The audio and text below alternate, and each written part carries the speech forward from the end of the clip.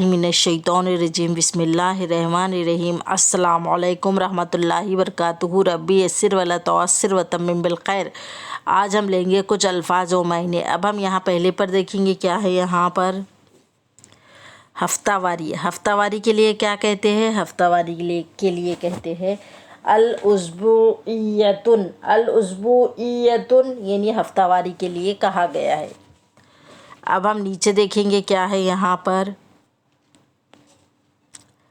कपड़ों की दुकान। कपड़ों की दुकान के लिए क्या कहा गया है? कपड़ों की दुकान के लिए कहा गया है दुकानुस्सियाबी। दुकानुस्सियाबी यानी कपड़ों की दुकान के लिए कहा जाता है।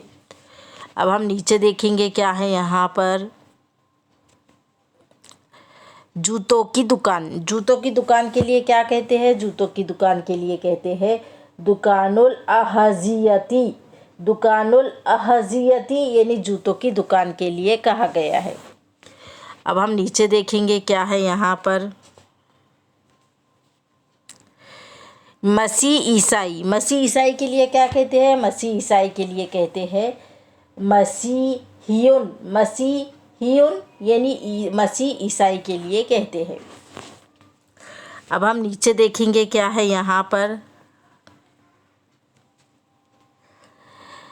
सब्जियाँ। सब्जियों के लिए क्या कहते हैं? सब्जियों के लिए कहते हैं अब हम देखेंगे खुज़रुन। खुज़रुन यानी सब्जियाँ के लिए कहा गया है।